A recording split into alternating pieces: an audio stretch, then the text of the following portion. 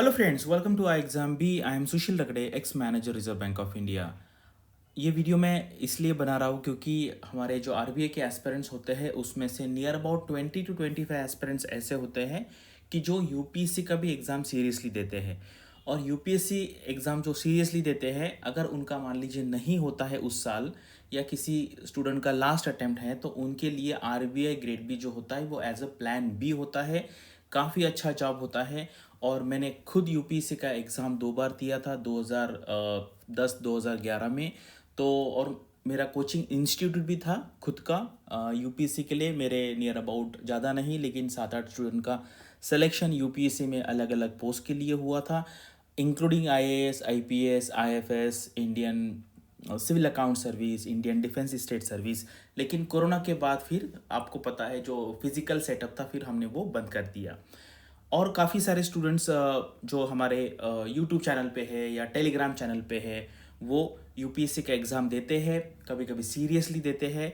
और जो RBI gate भी एस्पिरेंट्स होते हैं, फिर वो एक बार उनका इंटरेस्ट डेवलप होने के बाद भी वो यूपीएससी का एग्ज़ाम दे सकते हैं आगे। तो यहाँ पे क्योंकि मुझे ये एक्सपीरियंस है आरबीआई को पढ़ाने का, यूपीएससी को पढ़ाने का, और मैंने काफ़ी बार अलग अलग एग्ज़ाम्स का कट ऑफ प्रेडिक्ट किया है। 100% तो किसी का सही नहीं आता है, लेकिन 70 to 80% सही आया है। तो मैंने मतलब आरबीआई ग्रेड बी का जो कट ऑफ होता है उसके लिए मैं काफ़ी अलग अलग पोल्स कंडक्ट करता हूँ, कैंडिडेट से बात करता हूँ। तो यहाँ पे मैंने ऐसे कुछ यूपीएससी के लिए नहीं किया है, लेकिन काफ़ी सारे यूट्यूब चैनल्स मैंने देखे हैं और ऐसे एक्सपेरिमेंट्स बाकी जो यूट्यूबर्स होते हैं, जो डेडिकेटेड होते हैं यूपीएससी एग्ज़ाम के लिए, उनका मैंने देख के और मेरा जो अंडरस्टैंडिंग है उसके बेस पे मैंने ये एक्सपेक्टेड कट ऑफ यहाँ पे प्रेडिक्ट किया है। देखते हैं सही आता है या नहीं आता है। चलो यहाँ पे वीडियो स्टार्ट करते हैं। ये एक ही स्लाइड होने वाला है मेरा, और ओवरऑल जो पूरा वीडियो है वो 5 मिनट में खत्म हो जाएगा। तो अभी ट्रेंड अगर देखेंगे, 2022 में कितना कट ऑफ था, 88। 2023 में 75.41 था। लास्ट ईयर 87 88 के आसपास था। अभी यहाँ पे कितना होगा, तो अभी मेरा जो अंदाज़ा है वो 84 +or -3 इतना कट ऑफ एक्सपेक्टेड हो सकता है। हम यहाँ पे यूआर की बात कर रहे हैं। और अगर आपका स्कोर 75 प्लस आ रहा है यूआर कैटेगरी में, based on the average of 5 answer keys, correct, 5 जो आंसर कीज है मार्केट में जो आपको अवेलेबल है, बेस्ट इंस्टीट्यूट्स है, आपको पता है कौन सी बेस्ट इंस्टीट्यूट है, तो आपको यहाँ पे मेंस का जो प्रिपरेशन वो स्टार्ट कर देना चाहिए। और आपने कर दिया होगा, क्योंकि जो सीरियस एस्पिरेंट होता है और जिसका लास्ट अटेम्प्ट नहीं है सपोज, तो वो जैसे ही 25 को एग्जाम खत्म हो गया, शाम को वो थोड़ा रिलैक्स करेगा, थोड़ा डिस्कस करेगा, इमीडिएटली नेक्स्ट डे से वो धीरे धीरे धीरे धीरे प्लानिंग और ये करना स्टार्ट कर देता है। क्योंकि मतलब इस बार भी नहीं आया तो ये जर्नी जो होती है यूपीएससी कभी स्टॉप नहीं होती है, वो कंटिन्यूसली चालू रहता है। और यहाँ पे जो एग्ज़ाम का जो रिजल्ट है, अभी जून महीना चालू है, 3 तारीख है आज, 6 को या 9 जून को ये आ सकता है। और ये मैंने किस बेसिस पे किया है, काफ़ी सारे मैंने टेलीग्राम चैनल देखे, वहाँ पे पोल्स थे। ये एक हो गया पोल। उसके बाद सेकंड जो है, ये प्रीवियस ट्रेंड देख सकते हैं आप। तीसरा देख सकते हैं कि डिफ़िकल्टी लेवल इस बार सी सेट काफ़ी डिफ़िकल्ट था।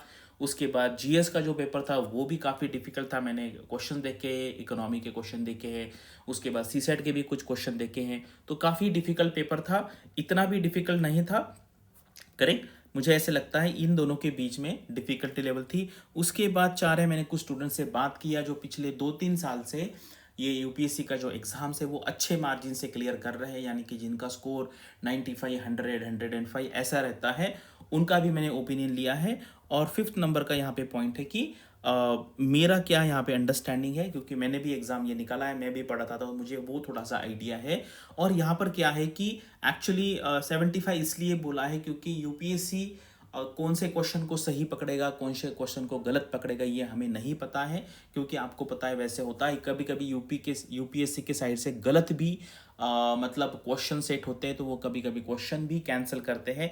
इसलिए मैंने कहा अगर आपका एवरेज स्कोर 75 से ज़्यादा है तो आप यहाँ पे प्रिपरेशन कंटिन्यू कर सकते हैं। अगर आपको लगता है कि यार मेरा इस बार यूपीएससी नहीं होगा, तो अगले यूपीएससी के लिए काफ़ी टाइम है। इन बिटवीन आरबीआई का एग्ज़ाम है, नाबार्ड का एग्ज़ाम है, आईआरडीए का एग्ज़ाम है। मैंने पर्पसफुली ये 3 एग्ज़ाम का नाम इसलिए लिया है क्योंकि अगर आपका यूपीएससी का पढ़ाई अच्छे तरीके से हुआ है, यूपीएससी में जो स्किल्स है, आपकी जो आंसर राइटिंग की स्किल्स है, डिस्क्रिप्टिव आंसर राइटिंग की स्किल है, उसका फ़ायदा आपको आरबीआई के एग्ज़ाम में डेफिनेटली होगा। एवरी ईयर जितने फाइनल सिलेक्शन होता है आरबीआई में, उसमें से मेरे टाइम पे तो 50% थे, और डेफिनेटली एवरी ईयर 30% से लेके 50% के आसपास जो आरबीआई सेलेक्टेड कैंडिडेट्स होते हैं उनका बैकग्राउंड यूपीएससी का होता है, क्योंकि आरबीआई एग्जाम को आप एक मिनी यूपीएससी एग्जाम कंसिडर कर सकते हैं। तो ये मेरा अंडरस्टैंडिंग है। आपको क्या लगता है आप कमेंट सेक्शन में यहाँ पे बता सकते हैं। Thanks for watching this video and all the best for your studies and upcoming examinations.